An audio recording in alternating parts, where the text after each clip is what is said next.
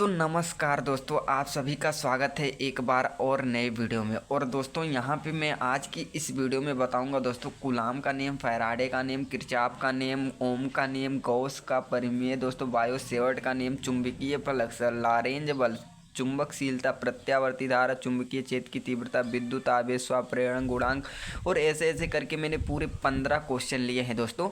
और आप सब को पता होगा दोस्तों कि ये क्वेश्चन कितने ज़्यादा इम्पोर्टेंट है। कूलाम का नियम हर साल एग्ज़ाम में आता है, फैराडे का नियम हर साल एग्ज़ाम में आता है, किरचॉफ का नियम हर साल, मतलब जितने भी टॉपिक मैंने उठाए हैं ना दोस्तों, हर एक टॉपिक भाई इतना ज़्यादा इम्पोर्टेंट है कि तुम्हारे भाई 3 से, और ये मैं बता दूं 3 नंबर में 5 नंबर में पूछे जाते हैं, तो इनको मिस बिल्कुल भी नहीं करना। और इनका मैं आपको कैसे जो है आपको एग्ज़ाम में लिखना है सब कुछ बताऊंगा। कैसे जो है अगर जो भी बच्चा अभी तक ये सब पढ़ा ही नहीं है, बिल्कुल भी नहीं पढ़ा है, तो उसके लिए भी मैं कुछ ट्रिक बताऊंगा, जिसको दोस्तों अगर तुम फॉलो करोगे तो तुम्हारे एग्ज़ाम में अच्छे खासे मार्क्स आएंगे। ठीक है, तो आज की इस वीडियो को कंप्लीट देख लेना। और आज की इस वीडियो में तुम्हें बताऊं बहुत ज़्यादा इंपॉर्टेंट है दोस्तों, और विथ सोल्यूशन में बताऊँगा, एक एक पॉइंट आपको समझाऊँगा सबका। तो चलिए दोस्तों, सबसे पहले हम शुरू करते हैं दोस्तों। पहला आपका आता है कूलाम का नियम। ठीक है, सिंपली क्या करेंगे, हम कूलाम के नियम को देखते हैं। ठीक है, तो दोस्तों पहला नियम तुम्हारा है कूलाम का नियम। कूलाम का नियम में क्या है दोस्तों, ध्यान दीजिएगा कि किन्हीं दो स्थिर आवेशों के मध्य लगने वाला आकर्षण या प्रतिकर्षण बल आवेशों के गुणनफल के अनुक्रमानुपाती तथा उनके बीच की दूरी के वर्ग के व्युत्क्रमानुपाती होता है। ये होता है भाई कूलाम का नियम। यहाँ पे आप थोड़ा सा ध्यान दीजिए कि कोई दो आवेश, कहने का मतलब यहाँ पे एक रेखा खींची है मैंने, एक आवेश Q1 है, एक आवेश Q2 हो, और इन दोनों आवेशों के बीच की दूरी जो है दोस्तों वो R है। ठीक है, और दोस्तों इन दोनों आवेशों को जब मतलब इन दोनों आवेशों के बीच में या तो आकर्षण बल लगता है, ठीक है, यहाँ पे या तो प्रतिकर्षण बल लगता है, ठीक है, या फिर प्रतिकर्षण या फिर आकर्षण बल लगता है। ठीक है, तो ये जो बल लगता है दोस्तों इन दोनों आवेशों के गुणनफल के, ठीक है, इन दोनों आवेशों के गुणनफल के अनुक्रमानुपाती होता है। मतलब अनुक्रमानुपाती का कहने का मतलब अगर एक बढ़ रहा है तो दूसरा भी बढ़ेगा। ठीक है, ये होता है। और व्युत्क्रमानुपाती का मतलब उसका उल्टा होता है। तो ये देखो, अगर आवेश बढ़ेगा, एक आवेश बढ़ेगा तो दूसरा भी बढ़ेगा। ठीक है, तो इन दोनों आवेशों के गुणनफल के अनुक्रमानुपाती जो बल होता है, यहाँ पे बल एक लगता है। ठीक है, वो बल जो इन दोनों आवेशों के बीच की दूरी के अनुक्रमानुपाती होता है। अगर आवेश बढ़ेगा तो बल भी बढ़ेगा। ठीक है, और जो आर है वो व्युत्क्रमानुपाती, यहाँ पे देखो गुणनफल के अनुक्रमानुपाती तथा उनके बीच की दूरी के, ये जो आर है ये हमारा दूरी है वर्ग के व्युत्क्रमानुपाती होता है। तो सिंपली ये व्युत्क्रमानुपाती मतलब इसका उल्टा हो जाएगा। अगर आवेश दोस्तों बढ़ाएंगे तो ये जो दूरी है वो दोस्तों घट जाएगी। ठीक है, तो यही होता है आपका जो है कूलाम का नियम। यहाँ पे आप इनका सूत्र प्राप्त कर सकते हैं, अर्थात F proportional to Q1 Q2, यानी कि कहने का मतलब ये है कि ये जो बल है वो अनुक्रमानुपाती है आवेशों के गुणनफल के। यहाँ पे गुणा के चिन्ह है। ठीक है, गुण और यहाँ पे देखो ये ही बल जो है आपका ये है व्युत्क्रमानुपाती किसके, दूरी के, यानी कि आर के। ठीक है, तो सिंपली यहाँ पे लिखेंगे के और Q1 Q2 by are square. और यहाँ पे दोस्तों क्या हो जाएगा, तुम्हारा फाइनली रिजल्ट जो आएगा, के को एक ये नियतांक है और इसको जब हम हटाएंगे तो यहाँ पे लिखेंगे 1/4 पाई एप्सिलॉन नॉट और Q1 Q2 by are square. तो यही आपका फाइनल रिजल्ट है दोस्तों। और यहाँ पे थोड़ा सा मैं और जानकारी देना चाहता हूँ, जहाँ पे के क्या है, तुम्हारा स्थिर वैद्युतिकीय नियतांक है। ठीक है, और के का मान दोस्तों जो होता है 9 × 10⁻9 होता है। ये होता है के का मान, आपसे ऑब्जेक्टिव में पूछ सकता है। और यहाँ पे के का एक और मान होता है 1/4 पाई एप्सिलॉन नॉट, जो भी यहाँ पे लागू हुआ है। ठीक है, और यही होता है। और ये एप्सिलॉन नॉट क्या है दोस्तों, तो ये है निर्वात की विद्युतशीलता। तो आशा करता हूँ आपको समझ में आ गया होगा। ठीक है, चलिए अपना नेक्स्ट क्वेश्चन हम देखते हैं। तो दोस्तों कूलाम का नियम हो गया सिंपली। अब हम देखते हैं दोस्तों फैराडे का नियम। ठीक है, तो दोस्तों फैराडे का नियम क्या है दोस्तों, कि जब किसी परिपथ के बद्ध चुंबकीय फ्लक्स के मान में परिवर्तन होता है तो परिपथ में एक प्रेरित वैद्युत वाहक बल उत्पन्न हो जाता है। और यह बल दोस्तों तब तक प्रेरित रहता है जब तक चुंबकीय फ्लक्स के मान में निरंतर परिवर्तन होता रहता है। ठीक है, कहने का मतलब दोस्तों जब हम किसी भी परिपथ के बद्ध चुंबकीय फ्लक्स से, जब हम कोई परिपथ है, ठीक है, मान लीजिए कोई परिपथ है, उसके बद्ध चुंबकीय फ्लक्स के मान में अगर हम परिवर्तन करेंगे तो उस परिपथ में दोस्तों एक बल उत्पन्न हो जाएगा। ठीक है, सिंपल बात है, अगर किसी को छेड़ोगे तो कुछ ना कुछ होगा। तो जैसा कि हम चुंबकीय फ्लक्स के मान में परिवर्तन करते हैं तो उसमें एक प्रेरित वैद्युत वाहक बल उत्पन्न हो जाता है। ठीक है, कहने का मतलब एक बल उत्पन्न हो जाता है। और दोस्तों वही बल तब तक प्रेरित रहता है, वो बल तब तक उत्पन्न रहेगा जब तक आप दोस्तों उसको छेड़ोगे, यानी कहने का मतलब जब तक चुंबकीय फ्लक्स के मान में परिवर्तन होगा दोस्तों, तब तक जो है वो प्रेरित बल उत्पन्न रहेगा। तो यही आपका फैराडे का नियम है। सिंपली इसका इनका दूसरा, ये प्रथम नियम था, द्वितीय नियम इनका देख लेते हैं हम क्या है दोस्तों। द्वितीय नियम क्या है दोस्तों, सिंपली ध्यान दीजिएगा। देखो द्वितीय नियम क्या है कि किसी परिपथ में उत्पन्न प्रेरित वैद्युत वाहक बल, जो वही बल होता है दोस्तों, उसका परिमाण मतलब कितना बल है, अगर उसको नापा जाए, इसका परिमाण जो है उस परिपथ में बद्ध चुंबकीय फ्लक्स के मान में परिवर्तन के दर के बराबर होता है। मतलब जितना ज़्यादा हम चुंबकीय फ्लक्स में परिवर्तन किए रहेंगे उतना ही बल हमारा उस परिपथ में उत्पन्न होगा। तो यही होता है और इसका सूत्र है, इस पर न्यूमेरिकल्स भी आते हैं तो आपको ध्यान देना है। और इसे प्रदर्शित करते हैं E=d∅ और dt, ये आपका सूत्र है और इस पर न्यूमेरिकल आते हैं तो इसको ध्यान दीजिएगा दोस्तों। ठीक है, तो चलिए नेक्स्ट क्वेश्चन अपन लोग देख लेते हैं। और आपको स्क्रीनशॉट मारना हो तो मार लीजिए दोस्तों, और कॉपी पेन लेके बैठिए, क्योंकि भाई वीडियो रोक रोक के आप लिख दीजिए, क्योंकि बहुत ज़्यादा इंपॉर्टेंट क्वेश्चन है। ठीक है, सिंपली हम तीसरा क्वेश्चन देखते हैं दोस्तों, किरचॉफ का नियम। ठीक है, ये भी मोस्ट इंपॉर्टेंट टॉपिक है। तो दोस्तों हमारा नेक्स्ट आता है किरचॉफ का नियम, जो भी बहुत ज़्यादा इंपॉर्टेंट है और हर बार एग्जाम में पूछा जाता है। तो इसको दोस्तों मिस बिल्कुल भी मत कीजिएगा। ठीक है, सिंपली क्या करेंगे, देखो किरचॉफ का नियम तुम्हारा क्या कहता है उसको देख लेते हैं दोस्तों। देखो किरचॉफ का नियम पहला, किरचॉफ एक सिंपली पहले समझो तो किरचॉफ के थे, किरचॉफ एक जो है वैज्ञानिक थे वो। ठीक है, और उन्होंने विद्युत परिपथ संबंधी नहीं, किरचॉफ एक वैज्ञानिक थे दोस्तों, और उन्होंने जो है वो दो नियम दिए थे।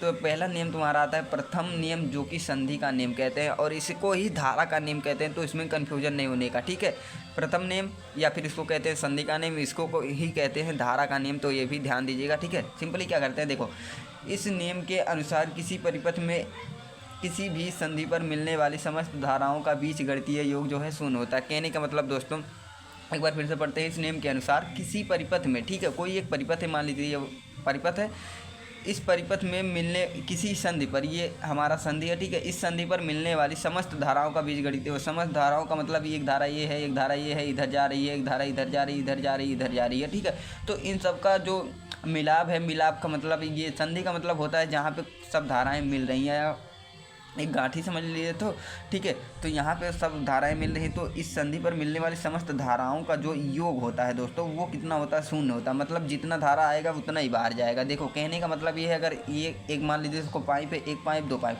ठीक है, दो पाइप में 5 किलो कुछ आ रहा है मान लीजिए। ठीक है, अगर 5 किलो कुछ आ रहा है दोस्तों तो निकलेगा भी, तो यहाँ से भले बट गया है 1 2 3 4 लाइन में, पर क्या है कि भले बट के गया 5 लाइन में, लेकिन दोस्तों जितना आएगा उतना ही ना बाहर जाएगा। तो ये होता है कि यहाँ बीच में कुछ हो जाएगा। ठीक है, यहाँ बीच में कुछ नहीं होता है, ना कि कुछ भी नहीं होता है, बस जितना आएगा उतना ही बाहर जाएगा, बस उसके रास्ते अलग हो गए हैं। तो यही कहने का मतलब किरचॉफ का प्रथम नियम यही कहता है दोस्तों। और इसको आपको मतलब यहाँ पे समझना, इसका सूत्र होता है, ये क्या है दोस्तों, ये आपका है बीजगणितीय योग, और आई जो है धारा वो किसके बराबर होता है, शून्य के बराबर होता है। तो यहाँ अर्थात कहने का मतलब आगमित धारा बराबर निर्गत धारा, आगमित धारा मतलब आने वाली धारा जो I1 I2 है, और दोस्तों निर्गत धारा बराबर I3 I4 I5 I6, इतना ये है।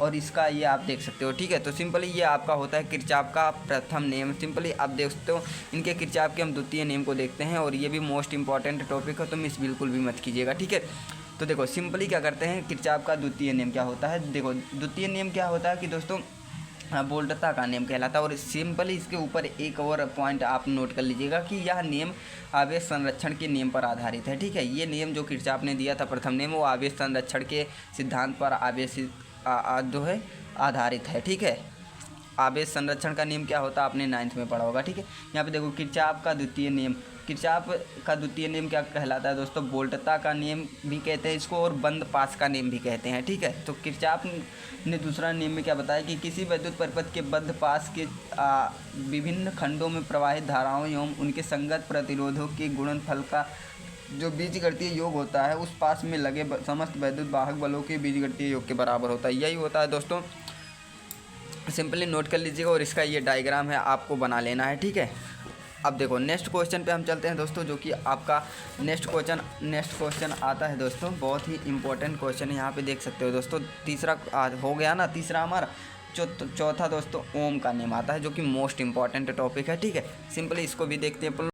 तो दोस्तों नेक्स्ट हमारा आता है ओम का नेम, जो कि मोस्ट इंपॉर्टेंट टॉपिक है। तो देखते हैं इसको क्या। यदि किसी परिचालक की भौतिक अवस्था जैसे ताप, दाब आदि को स्थिर रखें तो उनके सिरों पर लगाया गया विभवांतर उनमें प्रवाहित धारा के अनुक्रमानुपाती होता है। कहने का मतलब दोस्तों, अगर कोई चालक है, ठीक है, उसकी भौतिक अवस्था का मतलब जैसे उनका ताप हो गया, उस पर दाब जो लगाते हैं, ठीक है, और वेग हो गया, ये सब भौतिक अवस्थाएं होती हैं। तो यदि किसी चालक की भौतिक अवस्था जैसे ताप, दाब आदि को स्थिर रखे, कहने का मतलब उसमें कोई परिवर्तन ना करें, ना तो हम ताप दें ना ही उसको दाब दें, ठीक है। तो दोस्तों उसके सिरों पर जो लगाया गया विभवांतर होगा, जो विभवांतर उसमें होगा, ठीक है, वो दोस्तों उसमें प्रवाहित धारा के अनुक्रमानुपाती होगा। कहने का मतलब जो प्रवाहित धारा होती है, अगर किसी परिपथ में हम जो प्रवाहित धारा मतलब जो हम धारा प्रवाहित करेंगे, वो उस पर उत्पन्न विभवांतर के अनुक्रमानुपाती होगा। अगर हम जितना ही धारा बढ़ाएंगे दोस्तों, उतना विभवांतर भी हमारा बढ़ेगा। कहने का अनुक्रमानुपाती का मतलब अगर ये बढ़ेगा तो ये भी बढ़ेगा, अगर ये घटेगा तो ये भी घटेगा। तो यही होता है अनुक्रमानुपाती का मतलब। तो समझ गए होंगे दोस्तों। चलिए नेक्स्ट क्वेश्चन हमारा आता है दोस्तों। नेक्स्ट क्वेश्चन हमारा है गॉस का प्रमेय, जो दोस्तों अब देखिए आपका नेक्स्ट आता है गॉस का प्रमेय, जो कि मोस्ट इंपॉर्टेंट टॉपिक है, और इसको भी अपन लोग निपटाएंगे इस वीडियो में। देखो गॉस के प्रमेय क्या है दोस्तों, कि गॉस के प्रमेय के अनुसार आप सिंपली ऐसा लिखेंगे, ठीक है, किसी बंद पृष्ठ से गुजरने वाली कुल वैद्युत फ्लक्स उस पृष्ठ पर लगे कुल वैद्युत आवेश का एप्सिलॉन नॉट गुना होता है, ठीक है। तो यही होता है गॉस का प्रमेय। सिंपली देख सकते हो दोस्तों, नोट कर लीजिए अपने कॉपी में। एक बार फिर से मैं बताता हूँ, गॉस के प्रमेय के अनुसार किसी बंद पृष्ठ से गुजरने वाली कुल वैद्युत फ्लक्स, ठीक है, कोई पृष्ठ है उससे गुजरने वाली कुल वैद्युत फ्लक्स जो होती है दोस्तों, उस पृष्ठ पर लगे कुल आवेश का एप्सिलॉन नॉट गुना होता है। तो ये होता है इसका सूत्र दोस्तों, phi is equal to q upon epsilon naught. तो सिंपली इसको लिख देते हैं, ठीक है। चलिए नेक्स्ट क्वेश्चन हम दोस्तों देखते हैं। तो दोस्तों गॉस का प्रमेय अपन लोगों ने देख लिया। अब आता है नेक्स्ट तुम्हारा बायो सेवर्ट का नियम, जो कि मोस्ट इंपॉर्टेंट टॉपिक है, और इसको मैं एकदम आखिरी में बताऊंगा क्योंकि ये टॉपिक बहुत ज़्यादा इंपॉर्टेंट है। और दोस्तों इसको मैं एक एक पॉइंट आपको इसको एकदम विद सोल्यूशन बताऊंगा, ठीक है। तो सिंपली उसके बाद हम देख लेते हैं दोस्तों चुंबकीय फ्लक्स, ठीक है।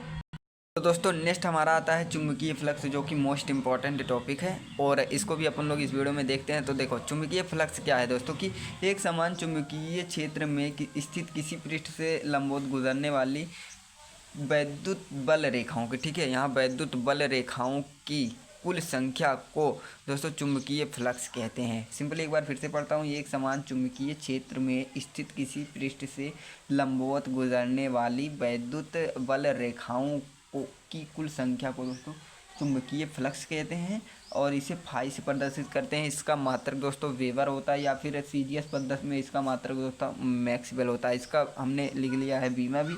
तो यम यल के घात 2 टी पे पावर -2 और ए पे पावर -1, ये होता है इसका बीमा। तो सिंपली आप ये चुंबकीय फ्लक्स दोस्तों नोट कर लीजिए। और नेक्स्ट क्वेश्चन हमारा आता है दोस्तों। नेक्स्ट क्वेश्चन जो आपका आता है लॉरेंज बल, जो कि मोस्ट इंपॉर्टेंट टॉपिक है, लॉरेंज बल, ठीक है। सिंपली उसको भी अपन लोग देखते हैं। तो दोस्तों नेक्स्ट हेडिंग आता है आपका लॉरेंज बल, जो कि मोस्ट इंपॉर्टेंट टॉपिक है। देखो लॉरेंज बल, जब कोई आवेशित कण किसी चुंबकीय क्षेत्र में गति करता है तब उस पर एक चुंबकीय बल कार्य करता है, और उसी बल को दोस्तों कहते हैं लॉरेंज बल। इसे आपसे प्रदर्शित करते हैं, और इसका मात्रक दोस्तों न्यूटन होता है, ठीक है।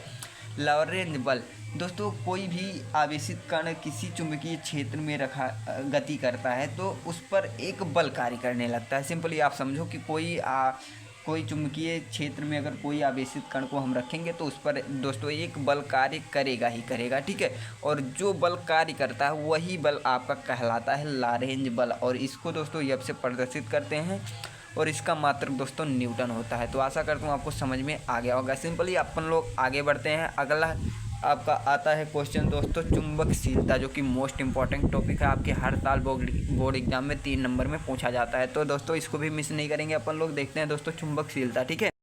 सिंपली दोस्तों चुंबकशीलता क्या है दोस्तों, इसको देखते हैं अपन लोग। किसी चुंबकीय क्षेत्र में रखे गए पदार्थ में उत्पन्न चुंबकीय प्रेरण B तथा चुंबकन क्षेत्र की तीव्रता H के अनुपात को उस माध्यम में चुंबकशीलता कहते हैं। सिंपल समझो दोस्तों, जो चुंबकशीलता होता है वो किसी चुंबकीय क्षेत्र में, ठीक है, सिंपल आप समझना कि कोई मान लीजिए एक चुंबकीय क्षेत्र है और उस पदार्थ और उसमें कोई पदार्थ रखा गया है, ठीक है, और उसी पदार्थ पर जो चुंबकीय क्षेत्र जो चुंबकीय प्रेरण B होता है दोस्तों, तथा जो चुंबकीय क्षेत्र की तीव्रता होती है H, उसके अनुपात को हम कहते हैं दोस्तों चुंबकशीलता। और इसको दोस्तों प्रदर्शित करते हैं म्यू नॉट से, ठीक है, इसको म्यू नॉट से प्रदर्शित करते हैं। और इसका मात्रक अपन लोग देख लेते हैं कि इसका मात्रक क्या होता है, वेबर या फिर वेबर प्रति एम्पियर मीटर स्क्वायर। तो इसका मात्रक ये होता है दोस्तों वेबर प्रति एम्पियर मीटर स्क्वायर, ठीक है, बीमा भी आप लिख लीजिएगा। और देखो यहाँ पे एक हमारा मोस्ट इम्पॉर्टेंट टॉपिक आता है दोस्तों, प्रत्यावर्ती धारा, ठीक है, प्रत्यावर्ती धारा जो कि बहुत ज़्यादा इंपॉर्टेंट है और हर बार आपसे एग्जाम में पूछता है, ठीक है। तो दोस्तों इसको भी अपन लोग देख लेते हैं कि प्रत्यावर्ती धारा क्या होता है। देखो, ऐसी धारा जो परिमाण एवं दिशा में समय के साथ आवर्ती रूप से परिवर्तित होता है तथा एक निश्चित समय के बाद उसी परिमाण एवं उसी दिशा के साथ पुनरावृत्ति करता है, प्रत्यावर्ती धारा कहलाते हैं। कहने का मतलब दोस्तों ये एक ऐसी धारा होती है जो किसी भी जिसका परिमाण दोस्तों सदैव समान रहता है, बस एक जैसा कि यहाँ से गया फिर कुछ समय बाद दोस्तों फिर ऐसे यहाँ से वापस आके फिर उसी लाइन से जाएगा और उसका परिमाण ना तो कुछ बदलता है और ना ही कुछ होता है। मतलब कि दोस्तों ऐसा धारा होता है जो जिसका दोस्तों परिमाण एवं दिशा और समय के साथ आवर्ती रूप से परिवर्तित होता है। आपका एक निश्चित समय बाद फिर से वही परिमाण और उसी दिशा के साथ एक बार पुनरावृत्ति करता है, ठीक है, तो एक बार नहीं ऐसे ऐसे करता रहता है, तो यही आपका होता है प्रत्यावर्ती धारा कहलाता है दोस्तों। और इसका किसी क्षण t पर प्रत्यावर्ती धारा जो आपका होता है y = I0 sin ω-t होता है, ठीक है। और जहाँ पर ये आपका जो I0 है वो दोस्तों प्रत्यावर्ती धारा है, ठीक है। और इसका शिखर मान है दोस्तों, प्रत्यावर्ती धारा का शिखर मान है I0 और ओमेगा एक कोणीय आवृत्ति है। तो आशा करता हूँ आपको यहाँ तक समझ में आ गया होगा, ठीक है। चलिए नेक्स्ट क्वेश्चन अपन लोग देख लेते हैं, चुंबक द्विध्रुव आघूर्ण, ठीक है, चुंबकीय द्विध्रुव आघूर्ण, इसको भी आप लोग मोस्ट इंपॉर्टेंट समझते हैं दोस्तों। ये आपका आता है चुंबकीय द्विध्रुव आघूर्ण क्या होता है कि किसी चुंबकीय द्विध्रुव का आघूर्ण चुंबकीय आघूर्ण उस पर कार्यरत बल युग्म के आघूर्ण के बराबर होता है, जबकि एक समान चुंबकीय क्षेत्र के लंबवत स्थित होता है। तो आपका यही आपका होता है चुंबकीय द्विध्रुव आघूर्ण, ठीक है। और इसका मात्रक दोस्तों एम्पियर होता है, एम्पियर मीटर स्क्वायर होता है, और इसका बीमा AL स्क्वायर होता है। तो ये आपका आ गया चुंबकीय द्विध्रुव आघूर्ण, ठीक है। नेक्स्ट क्वेश्चन दोस्तों, नेक्स्ट टॉपिक आता है आपका जो है विद्युत आवेश, ठीक है, विद्युत आवेश। ये भी मोस्ट इंपॉर्टेंट टॉपिक है और हर साल बोर्ड एग्जाम में पूछा जाता है, तो इसको भी बिल्कुल भी मत कीजिएगा। एक छोटा सा टॉपिक है, देखते हैं विद्युत आवेश क्या होता है कि किसी पदार्थ का वह गुण जिसके कारण उसमें विद्युत तथा चुंबकीय प्रभाव उत्पन्न होता है, विद्युत आवेश कहलाता है। सिंपल आप समझो कि तो ये होता है आपका आवेश दोस्तों। सिंपल, वीडियो को लाइक करना।